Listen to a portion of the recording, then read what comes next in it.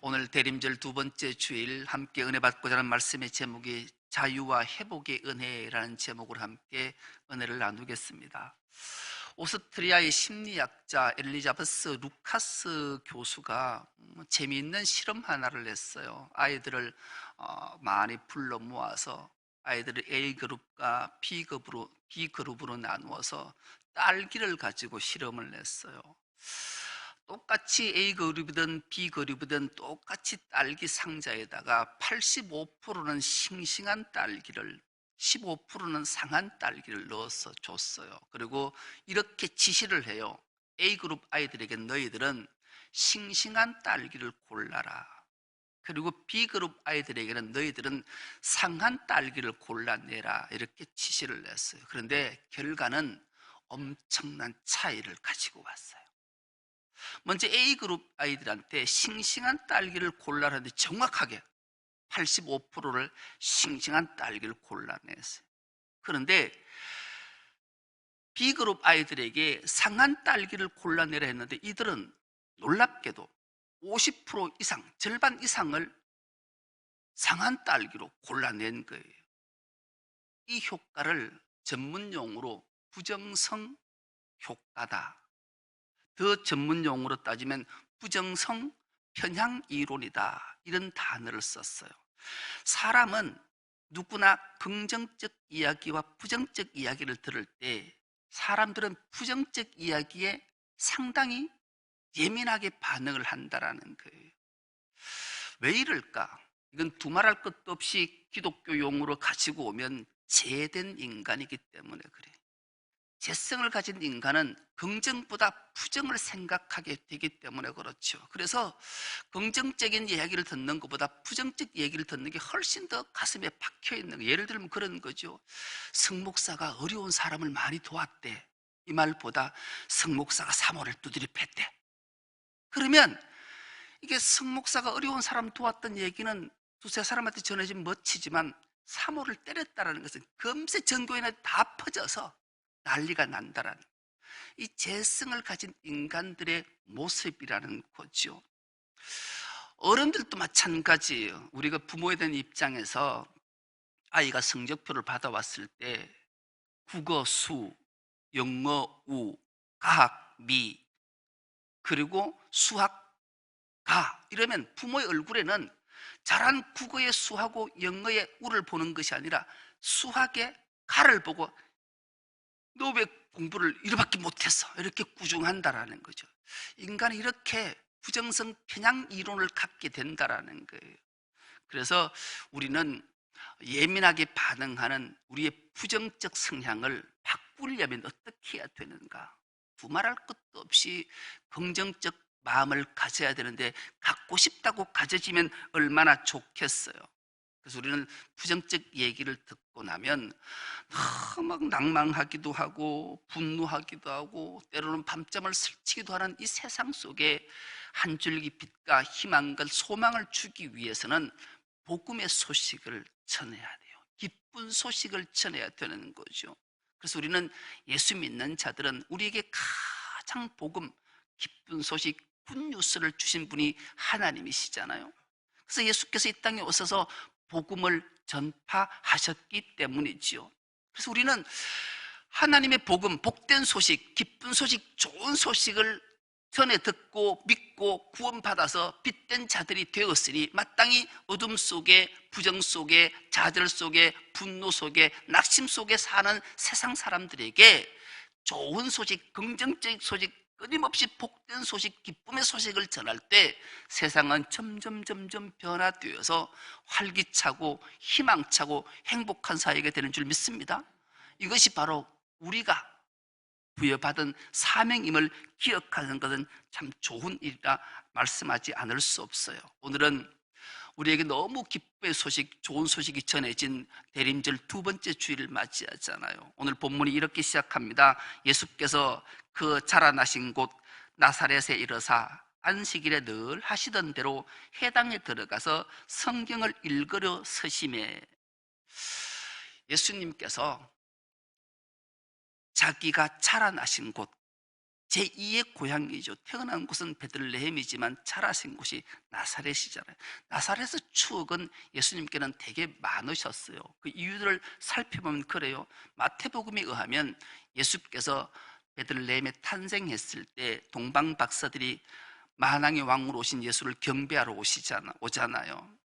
그때 먼저 왕궁에 들어가서 헤롯에게 묻잖아요. 헤롯은 왕이었어요. 그런데 왕으로 나실 리가 어디 있냐 물음 앞에 헤롯은 분노하게 되고 그 왕을 나도 경배하고 싶으니까 어디서 태어났냐고 물었잖아요.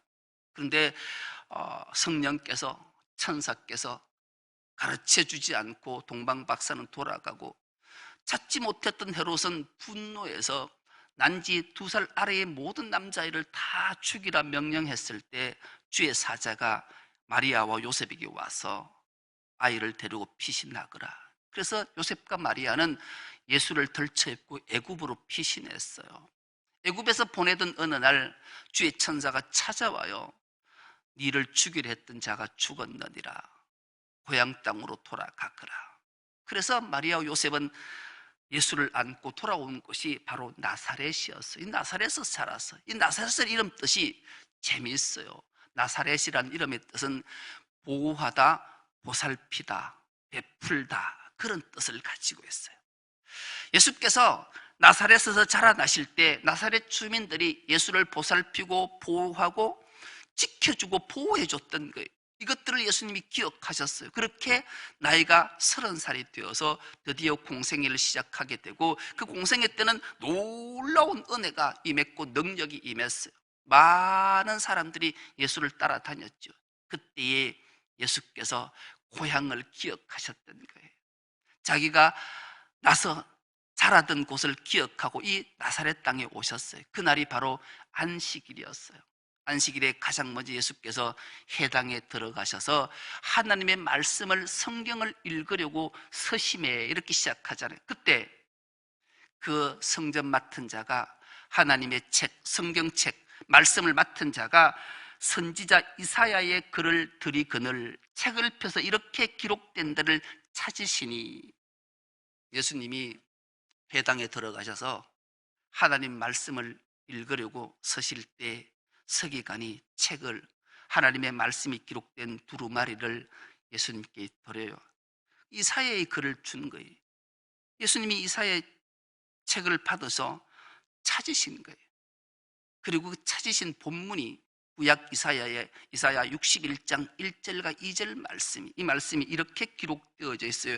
주의 성령이 내게 임하셨으니 이는 가난한 자에게 복음을 전하게 하시려고 내게 기름을 부으시고 나를 보내사 포로된 자에게 자유를, 눈먼 자에게 다시 보게 함을 전파하며 눌린 자를 자유롭게 하고 주의 은혜의 해를 전파하게 하려 하심이라 하였더라. 이렇게 주님이 이사야 61장 1절에서 2절 말씀을 받들어 읽으셔요.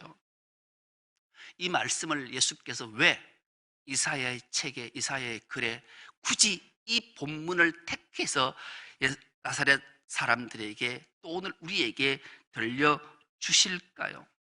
이 본문을 자세히 보면 바로 자유와 회복을 주시기 위해 내가 여기에 섰노라, 주님이 말씀하시는 거예요. 여러분, 하나님의 은혜는 놀라운 거예요. 하나님이 그 당시에 로마의 압제로부터 부자유 속에 사는 자, 여러분, 부자유는 늘 자유를 갈망하잖아요. 여러분, 사람이 회복되려면 자유를 얻어야 회복의 역사를 경험하게 되는 거예요. 그러려면 하나님의 은혜가 임하지 않고는 결코 자유나 회복을 얻을 수 있는 길이 없는 거예요. 그것을 예수께서 나사렛 주민들에게, 오늘 세상의 법률에 얽매여 있고 억눌려 있는 우리에게 주시기 위해 주님을 보내셨다라는 게, 하나님의 은혜가 얼마나 큰지를 우리에게 일깨워 주는 거죠. 근데 오늘 본문에 등장하는 은혜의 단어를 우리는 더 주목해 봐야 돼요. 은혜라는 말은 그냥 쉽게 생각하면, 한마디로 풀면 값없는 주님의 사랑이잖아요. 근데 여기서는 오늘 본문에 등장하는 이 은혜, 나차라는 히브리 말은 반갑게 맞이해서 후하게 대접하다, 그런 뜻이에요. 그냥 환영한다, 영접한다를 넘어서서 환대한다라는 뜻을 가진 단어예요. 그러니 라차라는 단어 은혜는 특별한 은혜인 거예요. 하나님의 특별한 은혜가 너희에게 자유와 회복을 시켜주시겠다 말씀하시기 때문이지요. 주님이 이 세상에 오신 이유가 뭐겠어요? 죄집에 눌려서 부정성 효과로 긍정의 이야기는 한 귀로 듣고 한 귀로 흘리는데 부정적 이야기, 나쁜 이야기는 한 귀로 들어서 흘러가지 않고 머릿속에 오래 잠재되어서 만나는 사람들마다에게 부정적 얘기를 해서 세상 살아가는 게 너무 답답하게 만들고 차절하게 만들고 밤잠을 설치게 만드는, 그래서 살아도 산 것 같이 살지 못하는 인생들을 긍휼히 여기셔서 그에게 은혜, 그들을 반갑게 맞이해서 후한 대접을 주는 길은 그들의 노예의 삶, 억눌린 삶, 부자의 삶에서 자유의 삶을 줄 때 하나님의 놀라운 회복의 역사를 그들에게 주시기 위해 은혜로 바로 예수 그리스도를 이 땅에 보내셨음을 말씀하게 주는 거죠. 하나님의 은혜, 하나님의 환대는 놀라운 거예요. 그래서 예수께서 해당에서 이사야의 글 중에 유일하게 이 글을 찾으셔서 읽으셨던 거지요. 그리고 하나님의 한대는, 하나님의 은혜는 눌린 자에게 자유를 주기 위해, 그리고 너희가 모든 것들을 회복시켜 주시기 위해 나를 보내셨음을 일깨워 주시는 말씀이에요. 이것이 얼마나 복음이고 복된 소식이겠냐고. 여러분, 우리는 지금 자유롭게 세상을 사니까 부자유에 대해서 그렇게 간절하지가 않잖아요. 근데 이 당시는 얼마나 간절했겠어요. 그리고 유대인들은 하나님 말씀을 늘 어릴 때부터 읽고 들어왔고 자기가 묵상했으니 예수께서 서셔서 이 이사야의 글을 읽을 때 그들의 마음은 정말로 뜨거웠을 거예요. 정말로 이 예수가 자기 백성을 저희 죄에서 구원할 자이심을 믿고 따랐던 자들이 설레었을 거예요. 하나님의 내가 이렇게 커서 우리를 비로소 자유와 회복을 시켜 주시겠구나. 이사야의 내용들을 쭉 이스라엘 백성들은 다 알았어요. 오늘 여러분처럼 모르는 게 아니고 유다 백성, 이스라엘 백성들은 이사야가 쓴 그 선지서를 정통 유대인 바리새인들 서기관들은 다 외웠고요. 일반 사람들도 반복해서 수십 번 들었으니 다 아는 거예요. 왜 이 말씀을 자유와 회복의 말씀이 되었는가? 그 근거가 이사야 49장 8절의 말씀이 연결되어져 있는 거예요. 우리가 이사야 49장 8절의 말씀을 한 목소리로 한번 합독해 보겠습니다. 시작. 여호와께서 이같이 이르시되 은혜의 때가 내가 내게 응답하였고 구원의 날에 내가 너를 도왔도다. 내가 장차 너를 보호하여 너를 백성의 언약으로 삼으며 나라를 일으켜 그들에게 그 항모하였던 땅을 기업으로 상속하게 하리라. 아멘. 띄워두세요. 여러분, 이 유래를 쭉 살펴보면 하나님이 이스라엘 백성들을 애굽의 노예사로로 살고 있을 때 출애굽시켜서 아브라함 조상에게 약속하셨던 가나안 땅에 입성하게 하잖아요. 여호수아가 요단강을 건너고 가나안 땅을 다 점령했어요. 점령한 것으로 그친 것이 아니라 점령한 땅을 12지파에 공평하게 분배를 했어요. 분배받은 지파는 또 족속마다 분배를 했고, 족속은 집안마다 분배를 했고, 집안마다는 가정마다 분배를 했단 말이에요. 땅을, 하나님이 가나안 땅을 다 분배를 했어요. 분배를 했는데 이 분배된 땅에서 행복하게 살다가 포로가 되면 다 뺏기잖아요. 내게 아무것도 없는 거예요. 빼앗기면 회복이 돼야 될 거 아니에요. 자유를 얻어야 회복을 받을 거 아니에요. 지금 로마의 압제에 있는 이스라엘 땅은 자기 땅이지만 자기가 살고 있는 땅이 로마의 땅이잖아요. 다 수탈당하고 다 빼앗기고. 이 당시에는 바벨론 포로로 잡혀 있으니 또 돌아가면 이게 먼저 회복이 돼. 자유를 얻어야 회복을 해서 상속을 받아서 기업을 다 받을 텐데, 이 얘기를 들으면 이사야 시대 때 말씀이 지금 이 말씀을 통해 예수를 통해서 이 일을 이루어 주시겠구나. 그러니 얼마나 감격스러웠겠냐고. 예를 들면 그런 거죠. 우리가 땅을 배당을 받았어요. 하나님께서 우리에게 살 터전을 주시고 공평하게 우리 모든 교인들에게 1000평씩 나눠줬어요. 야, 생각만 해도 여러분 기쁘지 않으세요? 난 땅이 한 평도 없는데 1000평이 생기면 30평 집을 짓고 꽃동산을 200평을 만들고 여기 터밭을 50평을 만들고 막 상상만 해도 기분이 좋은 거예요. 근데 이게 받은 땅을 가지고 무엇을 할까? 야, 요건 투자를 해야 되겠다. 아, 요건 투기를 해야 되지. 아니야, 요건 담보로 사업을 해야 돼. 아, 그래도 뭐니 해도 자식을 잘 키워야지. 팔아서 자식 공부시켜야 돼. 여러분, 이래서 땅을 팔았어요. 투기를 한 자는 망하고 투자를 한 사람은 부자가 되고 자식 위에 다 팔았던 자는 아무것도 없고 이 모양 저 모양으로 똑같이 1000평을 분배받았지만 어떤 자는 부역, 어떤 자는 가난하잖아요. 근데 우리는 한번 팔면 영원히 돌아오지 않지만 이스라엘은 땅은 하나님의 것이기 때문에 팔아도 영원히 팔리는 게 없어요. 이것을 성경은 희년이다. 희년이 되면 50년이 되면 안식년 7번이 돼서 50년째가 되면 모든 제사를 돌려주는 거예요. 그 1000평을 팔아도 50년째가 되면 내 것으로 돌아온다라는 게, 상속시켜 주겠다라는 게. 지금 우리가 비록 로마의 압제에 있지만 부자유에 있지만 하나님이 자유를 주시고 회복을 시켜 주신다는 은혜의 말씀을 주시니 이들이 얼마나 행복하고 설렘이 그들에게 있었겠냐고요. 이 말씀의 기초가 어디에 있는지 레위기 25장 8절에 10절의 말씀이 자세하게 기록되어져 있는데 이 말씀도 우리가 한 목소리를 한번 합독해 보겠습니다. 시작. 너는 7 안식년을 계수할지니 이는 7년이 7번인즉 안식년 7번 동안 곧 49년이라. 7째 달 열나흘 날은 속죄일이니 너는 뿔나팔 소리를 내되 전국에서 뿔나팔을 크게 불지며 너희는 50년째 해를 거룩하게 하여 그 땅에 있는 모든 주민을 위하여 자유를 공포하라. 이 해는 너희에게 희년이니 너희는 각각 자기의 소유주로 돌아가며 각각 자기의 가족에게로 돌아갈지며. 아멘. 몸이 팔렸든지 땅을 팔렸든지 모든 것은 희년이 되면 다 회복이 된다라는 거예요. 다 은혜의 해에는 모든 것이 원자리로 다 돌아오게 해주시겠다라는 거예요. 그런데 여기에 숨어있는 조건 하나가 있어요. 9절 말씀을 다시 띄워주면요, 레위기 25장 9절 말씀은 7째 달 열흘날에는 속죄일이니 너는 뿔나팔 소리를 내되 전국에서 뿔나팔을 크게 불지며. 이 말씀, 이제 팔렸고 갇혔고 빼앗겼고 이 모든 것들이 회복되는 것을 선포할 때는 뿔나팔을 이스라엘 전역에 모든 곳에서 불어요.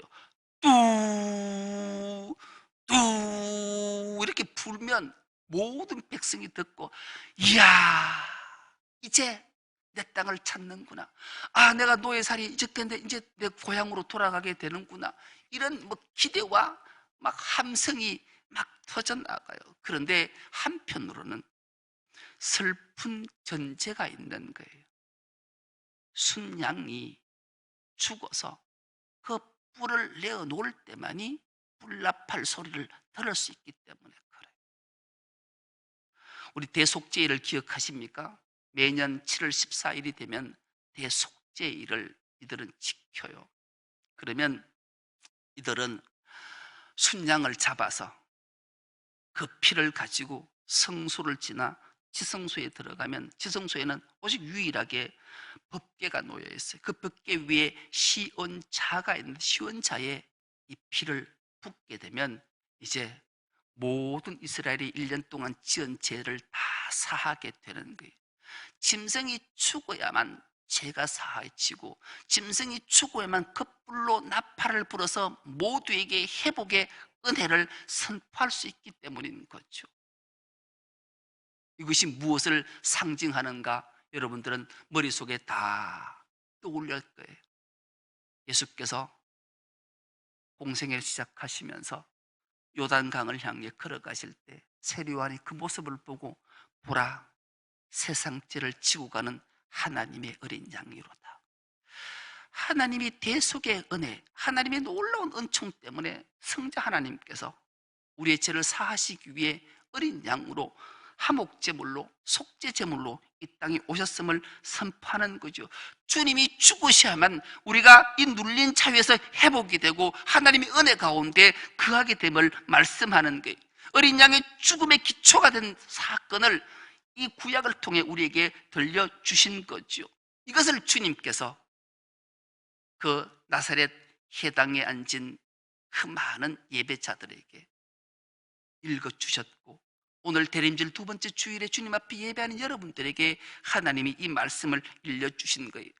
주의 성령이 내게 임하셨으니 이는 가난한 자에게 복음을 전하게 하시려고 내게 기름을 부으시고 나를 보내사 포로된 자에게 자유를, 눈먼 자에게 다시 보게 함을 전파하며 눌린 자에게 자유롭게 하고 주의 은혜를 전파하게 하려 하시리라. 아멘.